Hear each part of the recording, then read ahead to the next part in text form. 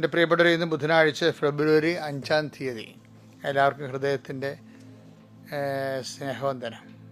ഏറ്റു പ്രാർത്ഥന. അമ്മേ പരിശുദ്ധ അമ്മേ, അമ്മേ പരിശുദ്ധ അമ്മേ, ദൈവമാതാവേ, ദൈവമാതാവേ, അന്ന് അങ്ങ് കൃപാസനത്തിൽ പ്രത്യക്ഷപ്പെട്ട് വരാൻ പോകുന്ന മഹാദുരന്തത്തിൽ നിന്ന് രക്ഷപ്പെടാനും എല്ലാവർക്കും വേണ്ടി പ്രാർത്ഥിക്കുവാനും ആവശ്യപ്പെട്ടിട്ട് 20 വർഷം കഴിഞ്ഞ ഈ വേളയിൽ കൃപാസനത്തിലൂടെ ഞങ്ങൾക്കും ഈ ദേശത്തിനും അങ്ങ് മാധ്യസ്ഥതയോടെ തന്ന എല്ലാ അനുഗ്രഹങ്ങൾക്കും കൃപകൾക്കും ഞങ്ങളിപ്പോൾ ഹൃദയം നിറഞ്ഞ നന്ദി പറയുന്നു. അമ്മേ പരിശുദ്ധ അമ്മേ, ജപമാല മാതാവേ, സകല കൃപാസനം പ്രാർത്ഥനയോട് ചേർത്ത് ഞങ്ങളിപ്പോൾ പ്രാർത്ഥിക്കുന്ന ഈ കുടുംബത്തിന്റെ പ്രത്യേക നിയോഗം പറമക്കളെ.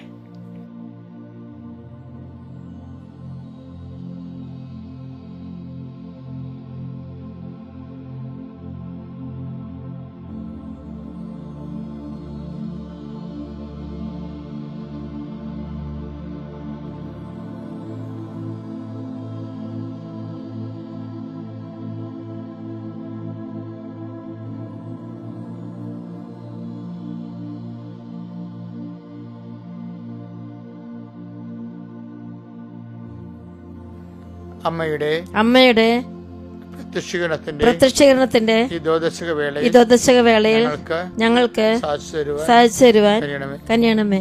ആമേൻ. വിശ്വാസ പ്രമാണം. സർവശക്തനായ പിതാവും ആകാശത്തിന്റെയും ഭൂമിയുടെയും സൃഷ്ടാവുമായ ദൈവത്തിൽ ഞാൻ വിശ്വസിക്കുന്നു. അവിടുത്തെ ഏകപുത്രനും ഞങ്ങളുടെ കർത്താവുമായ ഈശോ മിശിഹായിലും ഞാൻ വിശ്വസിക്കുന്നു. ഈ പുത്രൻ പരിശുദ്ധാത്മാവിനാൽ ഗർഭസ്ഥനായി കന്യകാമറിയത്തിൽ നിന്ന് പിറന്ന് പൊന്തിയോസ് പീലാത്തോസിന്റെ കാലത്ത് പീഡകൾ സഹിച്ച് കുരിശിൽ തറയ്ക്കപ്പെട്ട് മരിച്ച് അടക്കപ്പെട്ട് പാതാളങ്ങളിൽ ഇറങ്ങി മരിച്ചവരുടെ ഇടയിൽ നിന്ന് 3-ാം നാൾ ഉയർത്ത് സ്വർഗത്തിലേക്ക് എഴുന്നള്ളി സർവശക്തിയുള്ള പിതാവായ ദൈവത്തിന്റെ വലതുഭാഗത്തിരിക്കുന്നു. അവിടെ നിന്ന് ജീവിക്കുന്നവരെയും മരിച്ചവരെയും വിധിക്കുവാൻ വരുമെന്നും ഞാൻ വിശ്വസിക്കുന്നു. പരിശുദ്ധാത്മാവിലും ഞാൻ വിശ്വസിക്കുന്നു.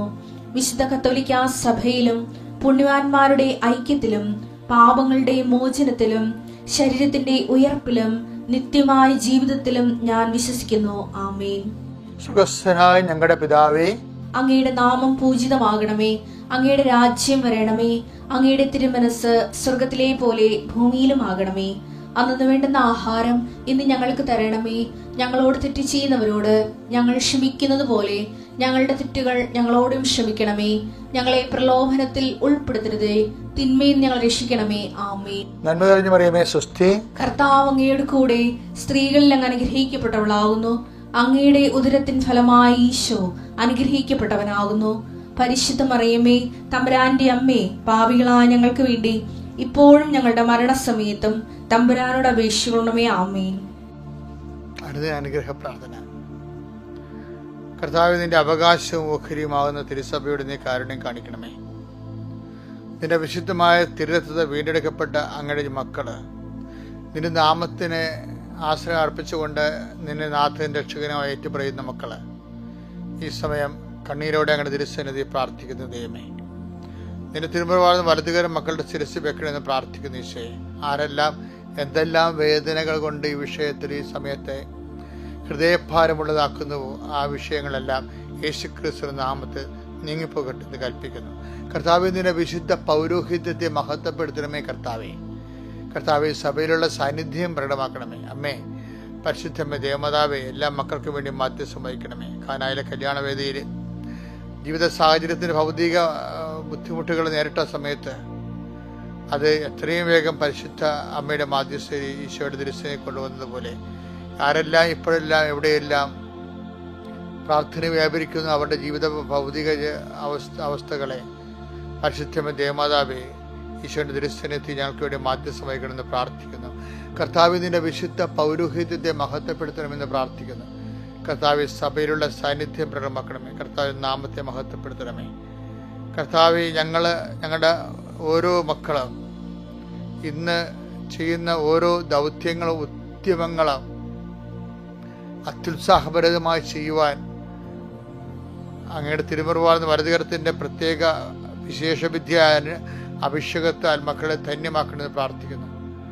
കർത്താവ്, ഞങ്ങൾ കണ്ടുമുട്ടുന്ന വ്യക്തികൾ, ഇന്ന് കണ്ടുമുട്ടുന്ന പഠിക്കുന്ന പാഠങ്ങൾ, എഴുതുന്ന പരീക്ഷകൾ, ഒപ്പിടുന്ന രേഖകൾ എല്ലാം കർത്താവിനെ നിരീക്ഷണത്തിലേക്ക് കൊണ്ടുവരുന്നു. കർത്താവ്, ഇതെല്ലാം ഞങ്ങൾ പ്രാർത്ഥിക്കുന്നത് ഞങ്ങളുടെ ജീവിതം കൊണ്ടല്ല, ഞങ്ങൾക്ക് വേണ്ടി ക്രൂശിക്കപ്പെടുകയും ഞങ്ങൾക്ക് വേണ്ടി മുൾക്കിടം ചൂടുകയും ഞങ്ങൾക്ക് വേണ്ടി കുരിശ് മരിക്കുകയും ഞങ്ങളെ സ്വന്തം ജീവനേക്കാൾ വലുതായിട്ട് സ്നേഹിക്കുകയും ചെയ്യുന്ന അങ്ങയുടെ സ്നേഹത്തിൽ വിശ്വസിച്ചുകൊണ്ട് പ്രാർത്ഥിക്കുന്നു.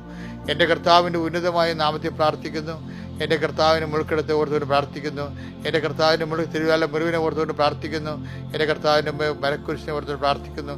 എൻ്റെ കർത്താവ് ഗെത്സെമൻ്റെ തിരുവീഥികളിലൂടെ ജെറുസലേമിന്റെ തെരുവീഥികളിലൂടെ മുൾക്കിടം ചൂടിക്കൊണ്ട് ഒരു ചോരപങ്കില്ല നടന്നു പോയ അങ്ങയുടെ സ്നേഹത്തിൻ്റെ മഹത്തായ സമർപ്പണത്തെ സമർപ്പിച്ചുകൊണ്ട് പ്രാർത്ഥിക്കുന്നു. എൻ്റെ കർത്താവെ, നിന്റെ സ്നേഹം തിരിച്ചറിയാൻ കഴിയാത്തതാണ് ജീവിതത്തിൻ്റെ ഏറ്റവും വലിയ ദുരന്തമെന്ന് ഞങ്ങൾ തിരിച്ചറിഞ്ഞുകൊണ്ട് ഞങ്ങൾ കഴിഞ്ഞ കാലങ്ങളിൽ നിന്നെ ഓർക്കാതിരുന്ന നിമിഷത്തെ ഓർത്തുകൊണ്ടും നിന്നെ ഓർത്തതുപോലെ ജീവിക്കാനും പറ്റാത്ത അവസ്ഥ ഓർത്തുകൊണ്ടും ഇപ്പോൾ മാപ്പാക്കണമെന്ന് പ്രാർത്ഥിക്കുന്നു. കർത്താവെ, നിന്നെ ഞങ്ങളുടെ കരുണ കാണിക്കണമേ. കർത്താവെ, ശത്രുക്കൾ ഉഴുതു മറിച്ചതിൻ്റെ മുതുകിലാണല്ലോ എന്ന് ഞങ്ങൾ വായിക്കുമ്പോൾ കണ്ണ് നിറയുന്നു. കർത്താവെ, അതേ ദൈവസ്നേഹത്തെ ഞങ്ങൾ പ്രാർത്ഥിക്കുന്നു.